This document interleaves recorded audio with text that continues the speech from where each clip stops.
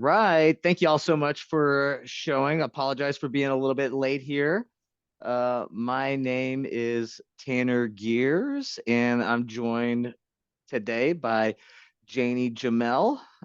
She's going to be helping us with some slides and watching the comments and the Q&A, making sure that we're getting all that information later for the Q&A section. Thank you again so much for your time today. I'm super excited to present this information. It's actually the first time I'll be presenting this in a webinar, so a little bit nervous, but also very excited. So, all right, we've got this, I think we've got this going. Yeah, we've got this going live on LinkedIn. We'll try to get this up on our YouTube, and of course, we'll send the recording out to those who are not able to make it live with us today. So thank you again so much for joining us. All right, we can go right in to the agenda here, the objectives for today.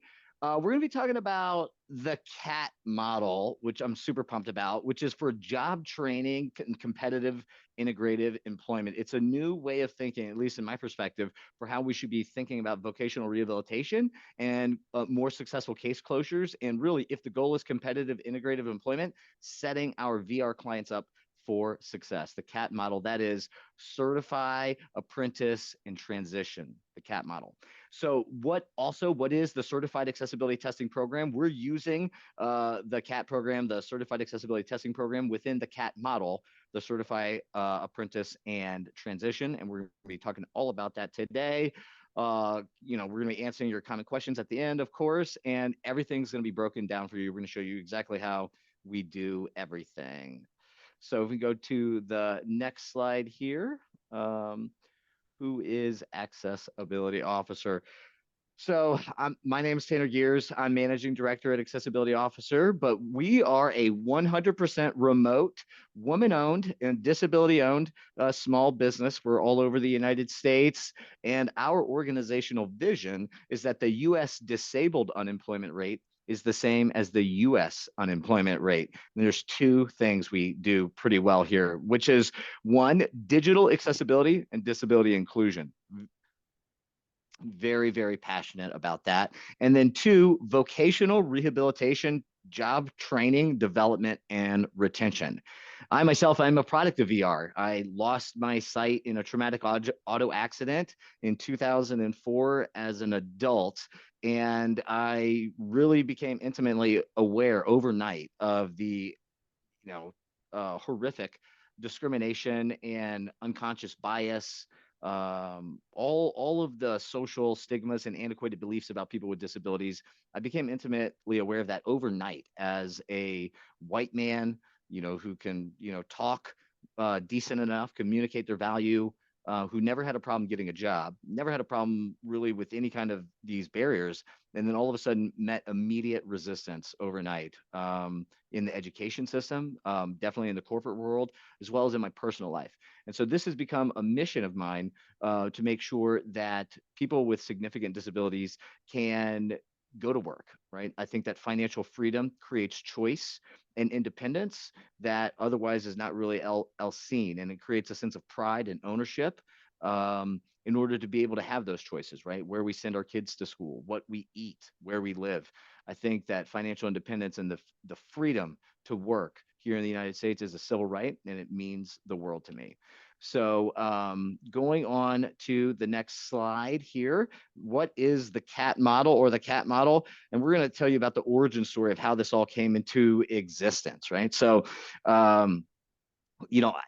we were building a digital accessibility company. It was growing, and I wanted to hire blind. I wanted to hire people with significant disabilities. I know that someone gave me a chance in this space, and that really helped me elevate, just take it to the next level and do all the things that I'm doing today.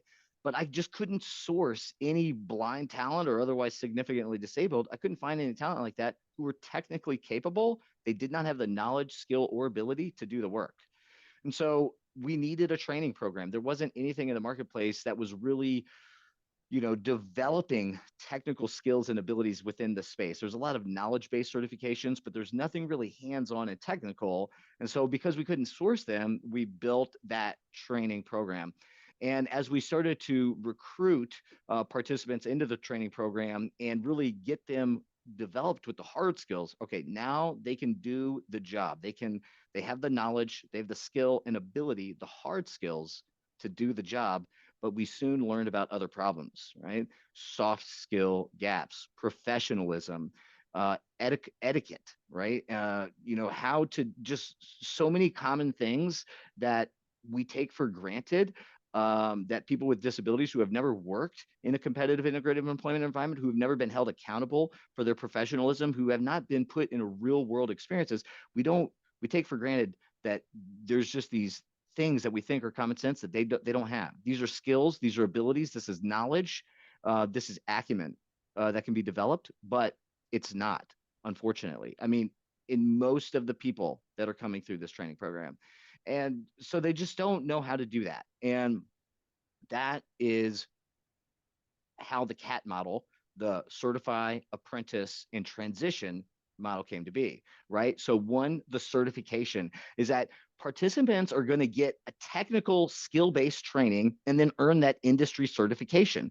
This is so critical, right, for people with blindness or visual impairment or otherwise significantly disabled. If we're thinking about vocational rehabilitation and competitive integrated employment, we have to be strategic about how the landscape, the corporate environment is changing, and align our clients to the opportunity, at least make them aware of the opportunities to them in skill-based positions driven by certifications, right? So Salesforce administrator, cybersecurity, digital accessibility tester, these types of industries we need to be really considering as vocational rehab professionals. Okay. And then two, apprentice, right?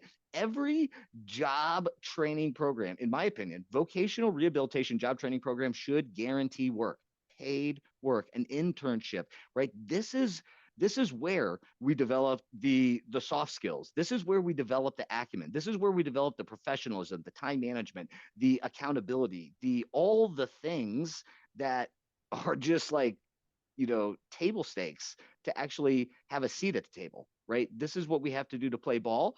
And so having that real world apprenticeship is absolutely critical in the third stage, which is transition, right? If employment readiness is achieved, like that's the whole goal, employment readiness, right?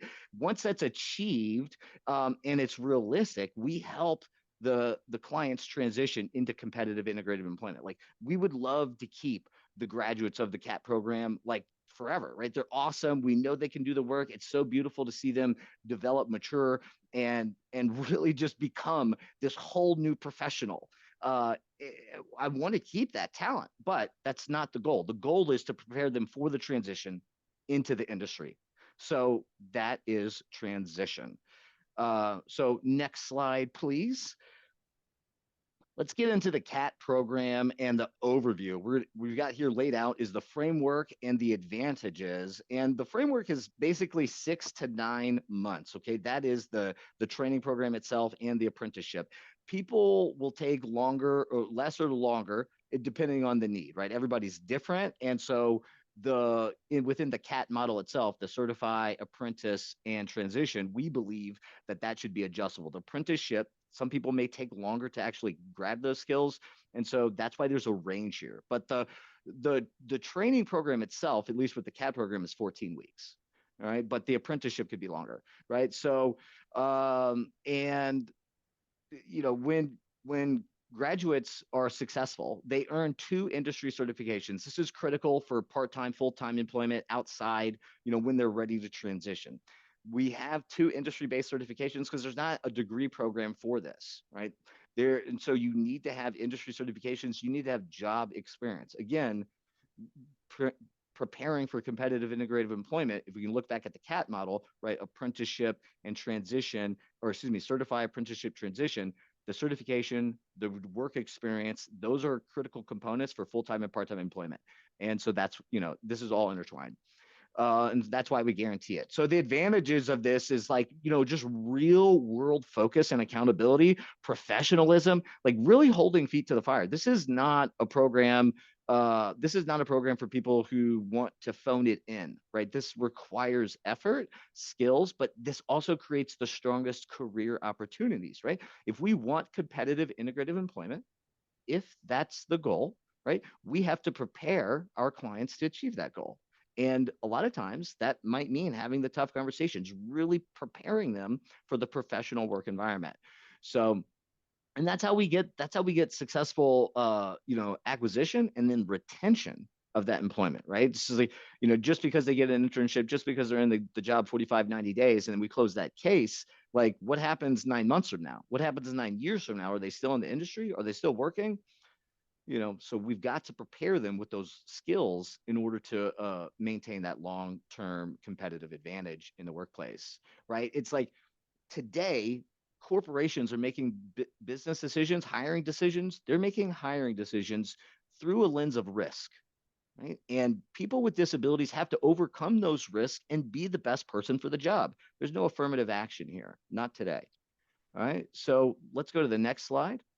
We got week to week in the CAT program. This is everything broken down here. Okay. Every week, we're going to have 90-minute live lectures. We're going to have interactive workshops using assistive technology, screen readers, actually, people who are blind, permanent, with reliant on assistive technology, working through these workshops. Okay. This is what we learned in the lecture earlier this week. This is what we covered in the LMS. This is actually how you do the job. This is it. This is how you use your assistive technology and do this job, right? And then every week we also have one-on-one mentoring and coaching sessions with the lead instructor and a secondary one-on-one session, just in case, right? Everybody learns at different rates. Normally people just need that one-on-one session, but we need this so that we can get them through the curriculum, make sure that they're understanding it, developing those hard skills. These one-on-one mentoring sessions, I can't tell you how critical they are.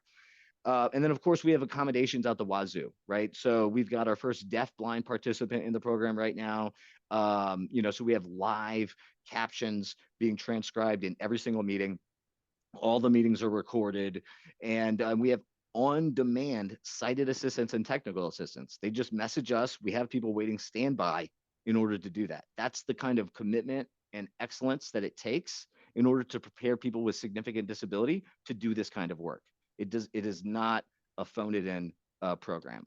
Of course, we got our LMS. We have two online systems for on-demand, or excuse me, weekly quizzes, um, discussion prompts. We even do timesheets. Right, weekly. We have the students submit timesheets. Where did you spend your time? How did you spend your time? We want to know this stuff, and we want to prepare them for industry. If they're going to be a consultant in the field, guess what? They're going to be submitting timesheets, right? So this is a job readiness program. It's about 20 hours a week per of commitment. That's going to fluctuate. Some people may have uh, technical experience. They may have an IT degree or a computer science degree. They're gonna have less of a shock, I guess, right, with regards to the terminology and vocabulary. Just like with vocational rehabilitation, with digital accessibility, there's a language, right? There's acronyms and such, and we can be all out at a happy hour or at a dinner event, and we can be using vocational rehabilitation language. And people can hear us and they can understand kind of what we're talking about, but they don't really know what we're talking about. When we say, CIE, right, for competitive integrative employment, they don't know what that means. So, and even if you say competitive integrative employment, they don't know what that means. So, and let's go to the next slide for prerequisites. You might be thinking right now, what kind of client is going to be good for this, right? So we have a skills assessment. We've introduced a skills assessment. This program got kicked off in 2022, and since then we've put in a skills assessment. We only want people who we know have the skills to be successful in the program. It just does not make sense to put people through the program if they're not ready to be successful in the program. So, Office, obviously, Microsoft Word, Excel, these are basic fundamentals for employment readiness, right? They need to have this. Strong internet skills. Basically, if you can shop online and manage all of your personal finances online, That's good enough internet skills. Okay. They need to have oral and written communication skills. We assess this by providing instructions, detailed multi-step instructions, and then analyzing their feedback. And then we also have them do kind of a report for us on the fly. So we can see how they communicate orally, we can see how they communicate in text, and make sure that they have the capacity to succeed with regards to doing write-ups. Their general computer skills, right? Can they join a Zoom meeting? Are they able to manage their calendar? We assess those things as a part of the skills assessment. And of course, time management, independent living. Can they show up to work? Can they do this on a regular basis?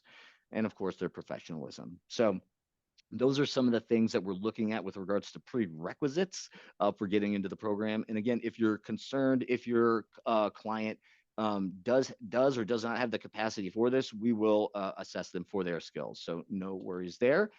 And then going on to the next slide with industry certifications, right? The goal is competitive integrative employment, right? And so I mean, you want to have industry certifications. It provides that credential to help our people with significant disability transition into the field. And we provide the only two skill-based industry certifications. One is the DHS Trusted Tester, that's Department of Homeland Security Trusted Tester certification. This is against Section 508 in the Rehabilitation Act of 1973 as amended, right? So technical language jargon stuff, you don't need to know that. It's basically saying this is the US government's certification that, hey, you can work for us or as a federal contractor to do digital accessibility work. That's what that certification means. And then there's the CAT 2.2. 2.2 refers to the accessibility standards. WCAG, the Web Content Accessibility Guidelines, were just updated late last year. And our training program is to the most current standards for accessibility guidelines. So it's above the US standards, it's the international guidelines, and this is what's accepted in the private sector. So if someone's going to go work for a Fortune 500 company, another digital accessibility company, et cetera, this is the certification they're going to need for that. So let's go to the next slide here with guaranteed employment. And so how can we even do this? Like, how can you guarantee employment? Well, we know the quality of CAT graduates, right? We know that they can do the work. And we have to, if the goal is competitive integrated employment, like I said, and we're talking about vocational rehabilitation, work experience, paid work experience is critical for this transition, for a successful case closure, for job acquisition and retention. Like it's, you know, it's a no-brainer to me, right? And so that's how we can guarantee this work. We already had the digital accessibility consulting business. Okay. And so when we have a graduate, we have the business need to hire these people. And so we work with them in this safe environment, and we provide them part-time work guaranteed. Some get more than that as needed, right? We offer as much work to our testers as they can handle and as they can negotiate, of course, with the benefits and that kind of question. So we help them navigate that. But we've got to give them job readiness, employment readiness for that competitive integrative employment. And then most importantly here is that, junior tester entry level roles you don't need experience. Like there's some that say no experience required, but the real jobs here, they have 6 to 12 months entry level experience. So the CAT program guarantees employment. Why? Because we want to help them successfully transition. The CAT model, certify, apprentice, transition, these are the frameworks for today's work environments in order to achieve competitive integrated employment. So that's why we offer it, or when we provide it. So and then yeah, that's pretty much it. I wanted to, let's see how I'm doing on time here. Probably flew through this. Probably could talk a little slower. 11 20. Wow, 20 minutes. That was outrageously fast. Janie, do we have any questions coming in from the attendees? We do. Great question from a Joe Rowan. Without naming names, please distinguish your training program from competitors. Oh, that's a great question. So That's an I excellent question. yeah, I appreciate it. So There's two types of training and certification programs in general. So one is knowledge-based certification. That's, hey, here's a body of knowledge, here's a textbook, and answer this question. Answer this question. Answer this question. So knowledge-based training or a body of knowledge, knowledge-based training and certification. Here's the information. Here is the context, and then you need to pass an exam in order to earn certification.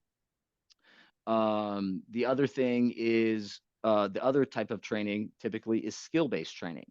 That's the CAT program. The Certified Accessibility Testing program is skill-based training.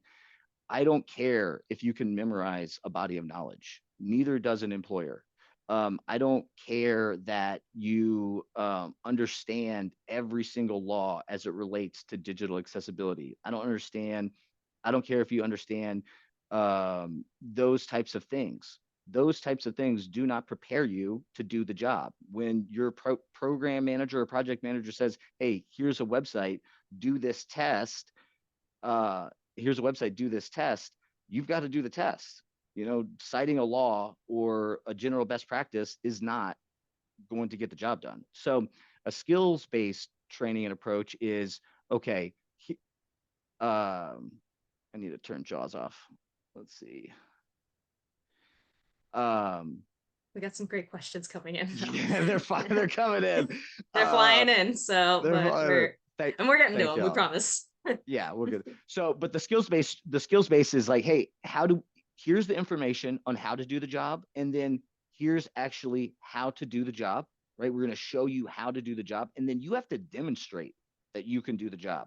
To graduate, not only do you have to like get 90% or more accuracy on all of the work assignments, the quizzes, etc., but the final exam is essentially a functional interview assessment.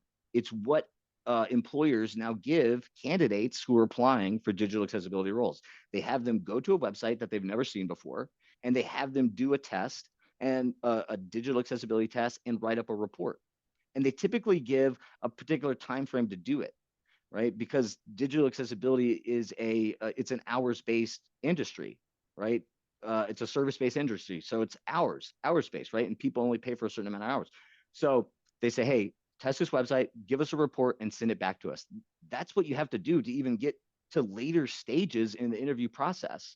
So, and that's the difference between a skill-based certification and a knowledge-based certification. One is memorizing and passing an exam that demonstrates your ability to memorize information. And then two, skill-based certification is, do you have the knowledge, skill, and ability to do this job? And if you do, show me. That's the difference. Awesome. That was an excellent question. Thank you so much, Joe Rowan. Um, we got a couple more in the chat, so I'm gonna go for the chat, and then I'll try to go in order. Okay. What was the cost for training? I have an excellent place to start, which I'm going to drop in the chat. A great place to start is accessibilityofficer.com/cat-FAQ. A couple of these questions could be done here. One of those was the cost for training and how does one apply? One of those will be directly through our CAT website, which will be one of those ways to apply. Tanner, if you want to dive in here on how we can apply for training. Yeah, totally. Thanks, Janie. And y'all, please bear with us. The website is being completely updated and revamped right now. We're expecting that to go live later this month. So there is some out of date information on there. But to sign up for the program, you can to start the training or the skills assessment process, you can just reach out to me. That's tanner.gears@accessibilityofficer.com.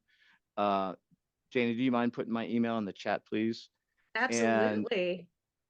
And then we can get going with regards to the skills assessment process. Yeah. So we've got Tanner's email being dropped right in the chat as well. One more question we have: does it have to be done through vocational VR? No, it doesn't. Sorry, just blanked on the word. No worries. It does not have to. We actually We actually, so in complete transparency, so we have vocational rehabilitation contracts with agencies but not in every Every state state. across the United Not States. yet. Not Not yet. yet. We're working on it. Janie and I are working hard on that. But so we do have a student right now, for example, in Kentucky, who is personally financing their tuition, and this is someone with RP, with retinitis pigmentosa. So you don't need that. We also have students that are looking at or trying to source co-finance things through their work, right, where their work will pay for tuition. So no, you can personally finance this, or use a work tuition reimbursement program. We're happy to work with people like that, um, but primarily this started as a vocational rehabilitation job training program. Get in contact with us. Get in touch with us. Get to know us and tell us your situation. We're happy to work with you. Talk to us. We're more than happy to see what we can accommodate with you. Yeah. And Another question and was, can I do this while working 30 hours? I'm sorry, Tanner, go ahead. no, please. Mhm. Another question was, can I do this while working 30 hours a week? Um, Yeah, you can. So we record all the lectures and the workshops and the one-on-one meetings, all of the sessions. So we record all these sessions and we transcribe these sessions and we give that to all the students. So some students like are really passionate about advocacy and they need to travel to Washington, D.C. or wherever to do their advocacy work and they're going to miss. Some of our students work during the day and then they do the CAT program at night. It is possible. It is harder to do, I will say, when you're not live in the lectures and the workshops and able to ask questions or as many questions. It is harder, but that's what the one-on-one mentoring and coaching sessions are for. In the backup mentoring and coaching sessions are for is to make sure that you're getting that one-on-one time um, to make sure that you're advancing through the program. So it is possible. We have people doing it right now. We have a student in the program right now that's working full time and doing this at night. So it's possible, but it is really hard. And it would require a lot of dedication and focus. Great question, though. very another interesting question from Joe Rowan. My understanding is trusted tester 5 requires some mouse operation. Can you verify or debunk? We can I'm not sure debunk we're allowed. that. We can debunk that. So there's what trusted tester does require is sighted assistance for those who Yes. have a sensory impairment. But the trusted tester is more so of a function of making sure that the job opportunities are available for the federal for the public sector, but also too to help validate the the strength of our certification, the CAT certification, right? Because DHS is the only other skill-based one where you actually have to do testing and then answer questions based on that particular test. Um, so yeah, but that's a great that's a great question. That is a great question. And if they required mouse separation, it would be in direct violation of multiple ways of the WCAG. So, Hey, look at Jay drop flexing some accessibility knowledge. Oh my cat goodness. students. Another question coming through. Is Chicago on the list? oh, Was about oh, to make a politician joke, but I'm gonna drop that for later. Where can I get Chicago? Where can I get Los Angeles? No. We uh, are working through VR programs as much as we can. Yes, we definitely are. We don't have an established contract with Illinois, but we would love to do something in Chicago. I've got a lot of friends in Chicago. Of course, the Chicago Lighthouse used to have the DAX program, and thankfully that got moved on to another agency nearby, and that's still going. But yeah, I mean, we would love to do something in Illinois. Please let's have a conversation about it. Please reach out. And another question from Tedros Marcos. Does CAT offer paid apprenticeship opportunity? Absolutely, it's guaranteed. So if a student successfully graduates, meaning They pass all the curriculum and the test, the exams with 90% accuracy, and they earn their certification. They pass the final exam. They're guaranteed a part-time apprenticeship with Accessibility Officer.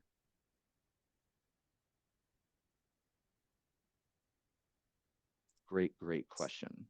Amazing questions. Thank you everybody who submitted a question. Awesome. I think Well, that's y'all, all of them we got so far. again, this is something that's super passionate about, that I'm super passionate about. I'm a product of VR.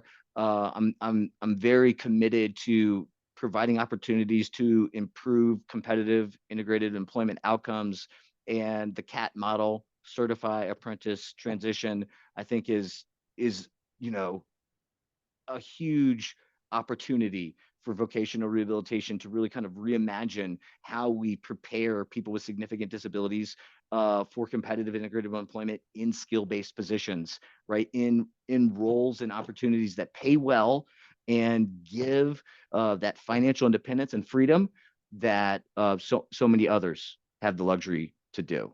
So, but yeah, please email me, tanner.gears, GERS, at accessabilityofficer.com. And yep, and we should have that new website up soon. We'll be sending out this recording as soon as possible. Thank you all so much for joining us today. And please connect with us on LinkedIn.